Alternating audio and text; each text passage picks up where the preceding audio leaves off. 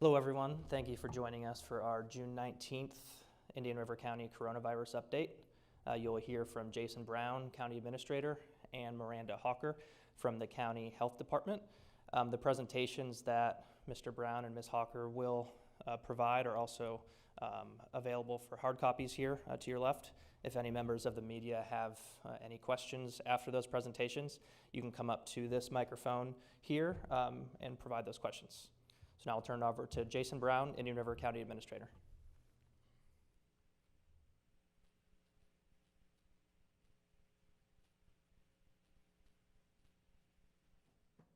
All right, thanks, Brian. Happy Friday, everyone. I have something new today. I have a PowerPoint. Don't run away screaming just yet, but just want to present, I think we can all see that over the last week or so, on a statewide basis and also in Indian River County, our number of cases has been increasing. Locally, we believe that that is due to an increase in the positive rate for those tests. So I want to talk to you a little bit about measures that I would like us all to take to try and reduce the spread. If we go on, keep going, Scott. Yeah, a couple more to the one with next one. All right, so if you see this this gentleman in the middle of the illustration there, you can see this guy is our person who has coronavirus, and that person may infect one or more people with the coronavirus. So that is what we want to stop. We want to stop that chain of transmission. If everyone that's getting sick if folks are transmitting that to other folks, that creates our problem. We all know that some folks are asymptomatic and can be contagious still. Some folks are contagious. You can be contagious when you're pre-symptomatic. So that is what we need to do. We need to stop that spread. So there are a couple of tools at our disposal. How do we stop that spread? How do we reduce the spread of infection? We've got some different tools in our toolbox. I'll refer everybody back to April when we did the safer at home lockdown orders. I call that the sledgehammer approach, where we shut down activity, and that's one way to deal with it. I don't think that's the preferred method at this point. Creates business closures, job losses, economic damage. However, we have some other tools at our disposal, and I put those in the category of a scalpel compared to the sledgehammer. And those are masks. As you can see, I have my mask on. Here are social distancing. Do your hand washing. Don't touch your hands, face, and eyes. So I think we really, in Indian River County, we have not, as of yet, required anyone to wear face masks out in public or in our facilities. But we need to do a better job of encouraging people to do so, and we need to communicate that better. So I think we need to reinforce that message. I think it's important for everyone to understand that wearing the masks and social distancing are the type of fine tools that can enable us to not have to do lockdowns, things like that. I don't think that is the way to handle this situation. But we all need to start wearing those face masks, practicing social distancing when we're out in public, do the hand washing, don't touch your hands, don't touch your face, don't go to work, don't go out and about if you're symptomatic, if you're sick. So these are the things that we need to do. Next slide, please, Scott. So we have here a video that kind of illustrates the difference that masks make. So first you're going to see someone who is talking with no mask on, and there are some laser lights here that show the particles. And then second, you're going to see someone who has a mask on, so you'll see a difference. So here it is. Now I'm recording. Stay healthy. Great, Stay healthy. great. Less loud. Stay healthy. Good. With the mask. Are you recording? Yeah. Stay healthy. Louder. Stay healthy. Louder. Stay healthy. Nothing. Okay, so there, with the laser light, may have been hard to see, but the person, when they didn't have the mask, when they were speaking loudly, quite a lot of particles were going into the air. Even when they were speaking softer, not as many, but still a lot of particles going into the air. When they did that same thing with the mask on, whether this person was speaking softly or quite loudly by the end, you saw very few particles showing up on that. So that's how the masks work. They keep those particles that can contain the coronavirus from spreading around and getting in the air for others to become infected. So I think we need to do a better job of marketing here, but we've got, right here we've got Rosie the Riveter. You may remember her from World War II. This Rosie the Riveter has her mask on. I think that's some imagery we all need to think about. Rosie the Riveter, if you don't know, was the mascot during World War II for when many of the males were drafted and went off to fight in war. We needed people to build airplanes and tanks and vehicles to help fight the war. So on a scale that hadn't been done before, a lot of females went to work building those airplanes and tanks and all those tools that were needed. So it was a huge undertaking, a huge sacrifice from the American citizens. Now, I'm not equating this event to World War II. However, I think that is just another example of a time when this country was faced with a challenge. And I believe that, again, the folks in the United States and Indian River County here can rise to meet this challenge. We need y'all wearing a mask there.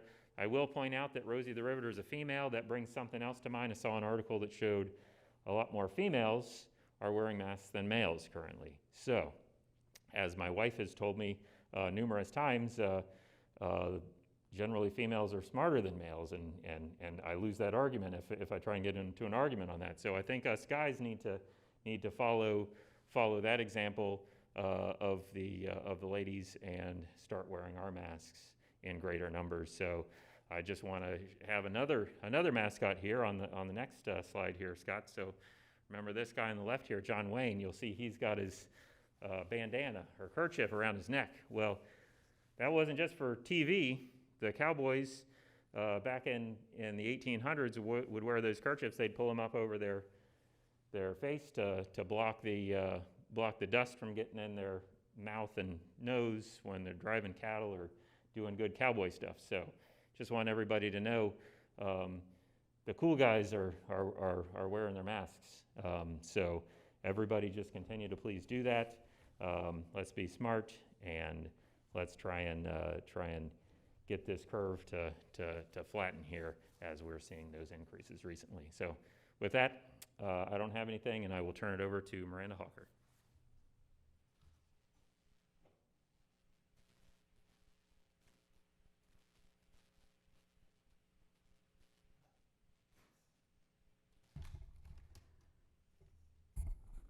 Thanks so much, Jason, and I appreciate the opportunity to speak. I'm Miranda Hawker. I'm the health officer for the county. So to start today, what I'd like to do is give you an overview first just of the numbers, and then I'm going to talk about the graphs that are up on the screen. I'm going to try to get my mask out a little bit so you can hear me better. Statewide, as of 11 o'clock, there were 89,748 cases with 12,774 residents hospitalized and 3,104 deaths. Our current number of cases in Indian River is 317, with 108 cases reported this week. In the last 2 weeks, we have increased by 143 cases. Our median age has dropped and it's now 47. You might remember just a few weeks ago, it was more in the 60s, and now it's age 47. And we're going to talk a little bit about our age distribution. That's an 82% increase in the last 2 weeks. For Florida residents, there are 46 people with a history of hospitalization, 3 non-residents have a history of hospitalization. Our current number of people in the hospital for COVID within our county is 13. The age range of our cases is from 0 to 99, with 139 men and 167 women. We have had 13 deaths. 6 of these were in long-term care facilities. We did have an additional 2 deaths this week, a 41-year-old female and a 70-year-old female, and our hearts go out to their families. And this is why it's so important for us all to try to wear our masks, for us all to use our hand sanitizer, for us all to socially distance, because the healthier we can keep our county, the less people we have in the hospital, the less people we have that die. In terms of race and ethnicity for Florida resident cases, and that's 306, 21 of our cases are Black, 178 are white, 33 are classified as other, and 74 are unknown. For ethnicity, 68 individuals are Hispanic and 145 are non-Hispanic. 93 are unknown, or we have no data as investigation is ongoing. We have had 52 cases in long-term care and staff, long-term care residents and staff. The health department continues to provide public health support to our vulnerable populations in long-term care facilities. We began our community testing in Wabasso 3 weeks ago with fire rescue. We tested 27 people. 2 weeks ago, we tested at Trojan Coast Community Health in Fellsmere, who accommodated us when the weather was rainy. We were going to be at Operation Hope. We tested 83 that day. And at Operation Hope last week, we tested 79. And at Gifford Aquatic Center, that site this week hosted us, and we tested 87 yesterday. Our county health department has tested 769 individuals in total, with 149 this week, and we have the capability to test 1,416 clients. As Jason said, CDC, and I'm going to back up so you can hear me. Well, I've got to be by the mic, don't I? Sorry. CDC recommends we wear a cloth face covering in public settings.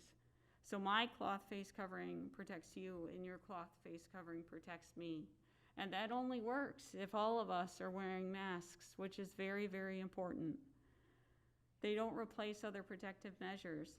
CDC still recommends that you stay 6 feet away.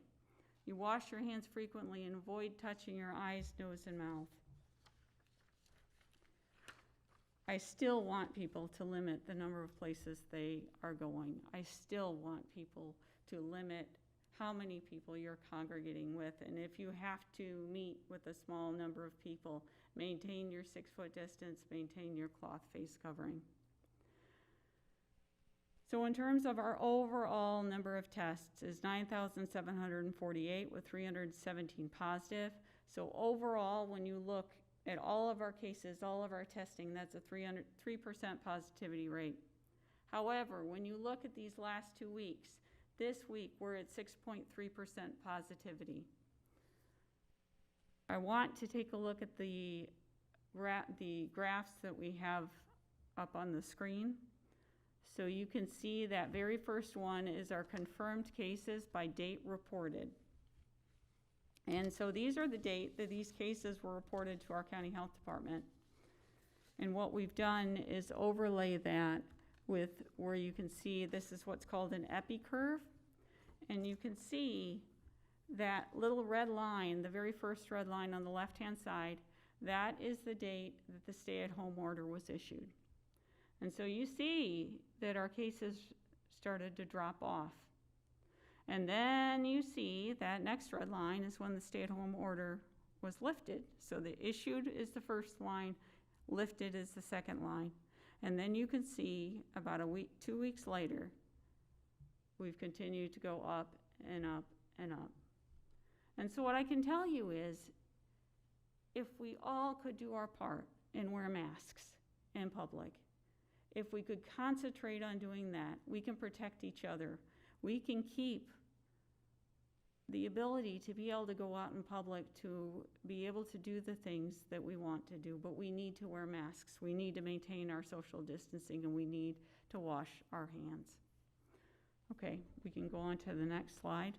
I do want to say we had our highest case amount in 28, had highest case total ever a few days ago at 28 cases reported in a day. So this is our cases by race. We've had 20 of our cases are Black, 184 are white, or 62%, 34 classified as other, and 59 at this point are unknown. That's 20%. This next graph is our confirmed cases and number hospitalized. So in this graph, and it may be a little hard to see for some people, but hopefully you can see it at home. So those blue values are those that are hospitalized, and that's a count for that day. So that day is cases reported, and those blue lines are those that were hospitalized on that day. And then the gray lines, and you can see those cases that we've just had reported, were still under investigation. So in terms of confirmed cases by ethnicity, 22% of our cases are Hispanic. 149, that's 66. 149 are non-Hispanic, that's 50%. And 82 are unknown, that's 28%. In terms of our age group, and you can see the shift here that's occurred. So 0 to 4, we've had 3 cases in people 0 to 4, that's 1%. 22 cases in people that are 5 to 19, that's 7%. 73 cases in those 20 to 34, that's 25%. 75 cases in those 35 to 54, and that's 25%. For those people that are 55 and over, the 42%, we've seen a gradual decrease in our age, and you can indicate that by the median age, but the more and more cases that we've had in these last 2 weeks are in our younger populations. We've had 16 cases in the last 2 weeks in those that are 75 and over. So this next graph shows you that positivity rate and the increase over time. And so when you think about that epi curve, which is just, it's good public health, we always look at an epi curve. We look at how many cases we've had, and that was that very first graph, and you don't have to go back, but how many cases we've had by the date reported. And we look at that to look at the behavior of an epidemic or a pandemic. So on this one, you can see by the date the cases were reported, and this is by week, and this is the week ending on June 13th. And so we're in week 25, and I don't have that data complete yet because the week's not complete. But you can see how we are trending up at the end of last week, and now we're higher than that. And so this is the time I want everybody to pay attention. I want everybody to think about wearing a mask. If you don't have a mask, we do have masks that are available. We have widespread testing. Treasure Coast Community Health is doing both drive-through testing and testing at their facilities on certain days of the week. You can go to their website. Whole Family Health is doing testing. The health department is doing testing for vulnerable populations, but also we're doing some testing at our site. We're very thankful for our partnership with Fire Rescue, and that has let us expand our testing.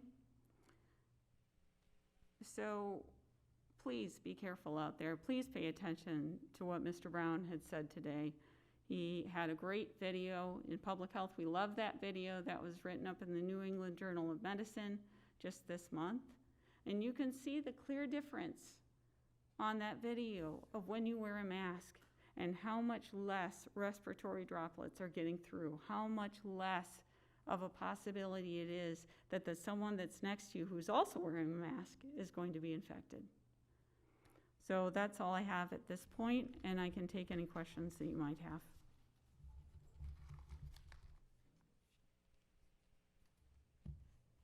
Okay, thank you so much.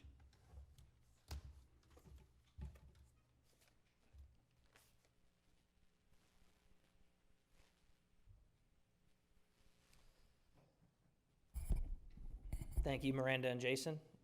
And thank you, everybody, for joining us. A replay of this press conference is available throughout the weekend on Indian River County Government Channel 27, as well as on the county website at ircgov.com. And for all other information, you can find on ircgov.com, as well as on our Facebook page at facebook.com/ircgov. Thank you again, everyone, and have a great weekend.